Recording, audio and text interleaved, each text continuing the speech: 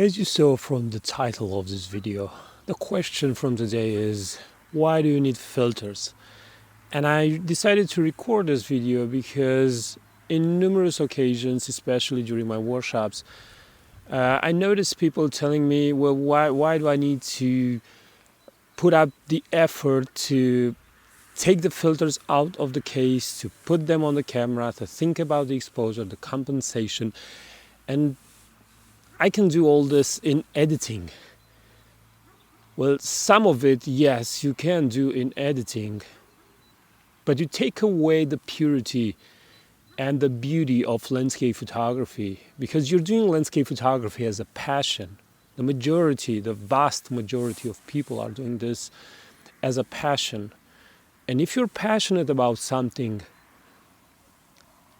why wouldn't you want to make it beautiful? Today I'm going to use these filters. And recently I received this filter set from Ken Faith, which I'm going to be also testing today. It's got an interesting feature. Over here you place the polarizer. I have a big polarizer that is also included in this kit. And let me just show you the polarizer here. This is how the polarizer looks. And you put it over here. And then you have this little wheel over here that helps you rotate the polarizer, which is neat. It's interesting. Now I can have only one polarizer for every lens. And what I also have here, and you will see me using, are 4 ND filters, 3 stops, 6 stops, 10 stops, and one really huge one of 15 stops. Probably I'm not gonna use it today because it's not required. And then I'm also going to use these other filters from Ken Faith. And these one are a 3-stop ND gradiated filter. It looks like this. And I'm also going to be using a 3-stop ND gradiated reversible filter that looks like this. So a big thank you to Ken Faith for sponsoring the video from today. And in the description of this video, you'll also have a discount link that you can use to purchase Ken Faith products. Now, let's craft the composition from today. I'm at the surface of the lake. I have some really dark clouds in the sky. So I think we can create something very interesting. Now, there are some interesting opportunities. For example, over there I will have to use a telephoto also for this reflection over here, and I also have this big one over here which is suitable for a wide angle lens. A good thing is that the surface of the lake is not that full of ripples, so there is no wind at all, but of course there are some ripples on the surface of the lake, so I will need to calm this down by using the filter. So the plan is like this. I find the composition, I explain the composition, I do the photo without any filters, and then I start adding filters, and you can see the results building in. So the first composition that I'm thinking about is this big symmetry, big reflection of this hill. Now the challenge is, in the final photo, is to count the surface of the water, to have details in the hill over there in the background, and also dramatic clouds in the sky. So first of all, let's see how the composition looks, and do a photo with just with the camera, and just see what the photo looks like. So let's adjust the exposure time. I have ISO 100, f11, and the exposure time would be something like this. So just by judging from the histogram, I would probably won't need an ND gradiated filter. Still, I'll be using one, and you will see exactly what I mean. You will see how the photo looks, because all the photos that you're going to see are going to be photos with no editing and then the editing, just to have a good comparison.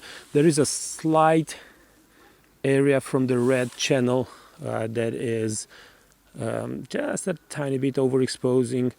Probably I could solve that in post, but let's see how things look. Okay, so I'm moving in a little bit more closer, zooming out as much as possible. Yeah, and I think this is the shot. And here it is. Here is the photo, 1/40th of a second, f11 and ISO 100. It's a decent photo, and in normal circumstances, you can make decent photos with no filters whatsoever. There are lots of people doing it, and not always I'm using the filters, because you don't always need filters. But in a situation like this, I think they can make a really huge difference. So let's start adding up. First of all, the polarizer. I have a little knob over here, and this will just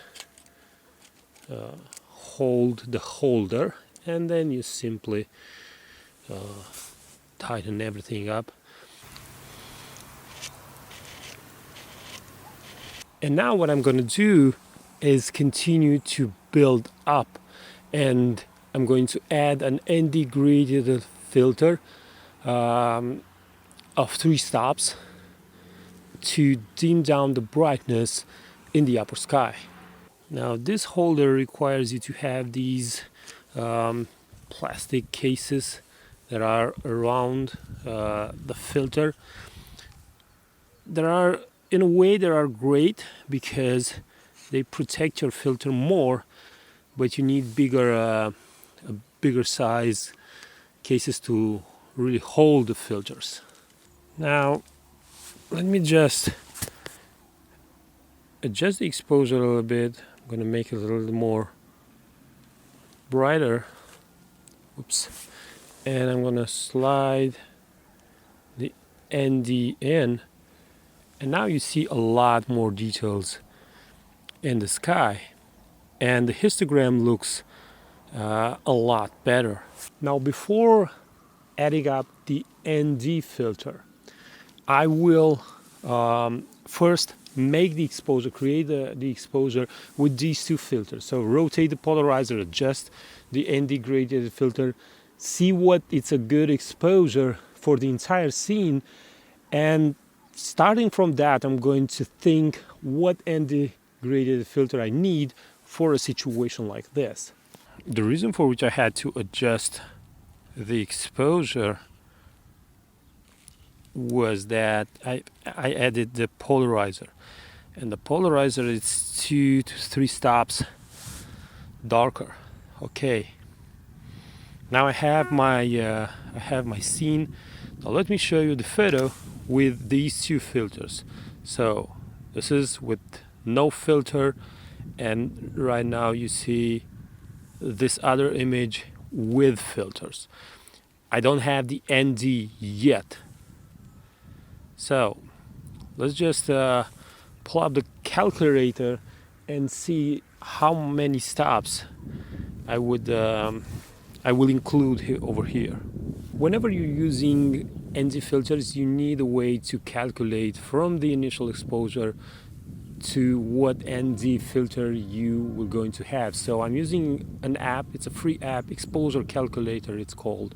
And what I'm going to do is set the initial exposure and then set the ND filter. Look at the scene. For example, right now there are more ripples in the surface of the water, so I will probably go for a longer exposure time. So let's see, what do I get? So my exposure now, it's f11, shutter speed of 1/10 of a second. It's already pretty long, and ISO 100. Now I want, with the ND filter, I want to have f11 ISO 100, and if I'm using an ND filter of 10 stops, let's go with 3 stops. I would get 0.8 seconds. With 6 stops, I would get 6 seconds.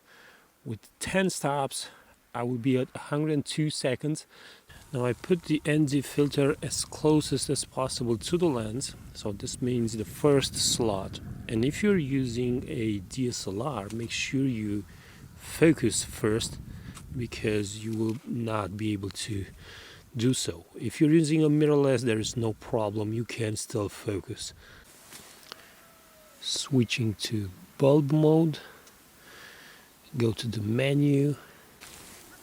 So this is 1 minute and 42 seconds.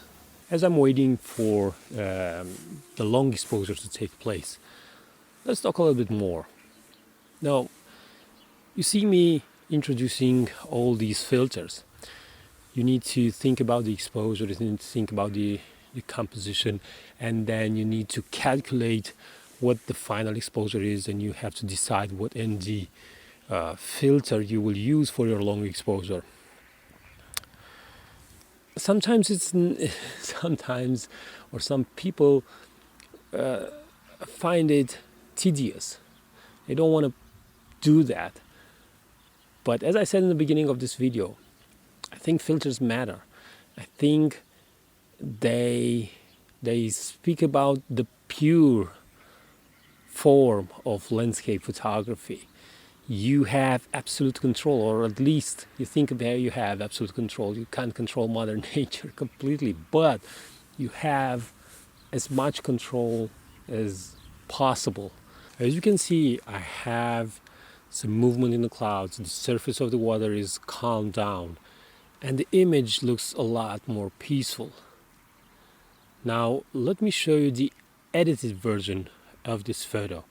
So you can have a black and white version in this situation. You can also have a slightly colored version. Either way, there is not that much color over here. So I have f11 ISO 100 and 102 seconds exposure. It's a different feeling. If you're a passionate landscape photographer, you will understand completely what I'm saying. Now, some final words about these filters. I have them for a while right now. The ND graded filters, I have them for a couple of years. These one, I had the chance to use them for about 3 months before I recorded this video, because I really wanted to make sure that are good quality. Why I'm saying this, because ND filters, when you're doing long exposures, they tend to shift the temperature, the color temperature of the image. Well, these filters, I'm really pleased to see the results. They're really great, and the thing that I like the most is the price. The only minus that I'm having with these filters is that they're glass and they are extremely sensitive, so I need to always have them in this case, and also the ND graded filters, to have them in a hard case, just to make sure that I don't break them. And then you have these plastic things around the filters. It protects them. It gets a little bit for you to get used to having filters in these kind of cases. I never had them before this set, so it took me a little bit to get used to this, especially because it occupies more space because of this. It's not a minus, it's something that you have to get used to. So the end result, do I recommend it? Yes, but you need to make a commitment to yourself if you're buying a set like this, that you're going to put out the time and use it when you're out there. Make a little bit of effort and feel a lot better about creating and crafting your own photos. So don't forget about the discount that you can benefit from. It's in the description of this video. And until next time, keep on photographing, because it's the only way that you can get better. Bye bye.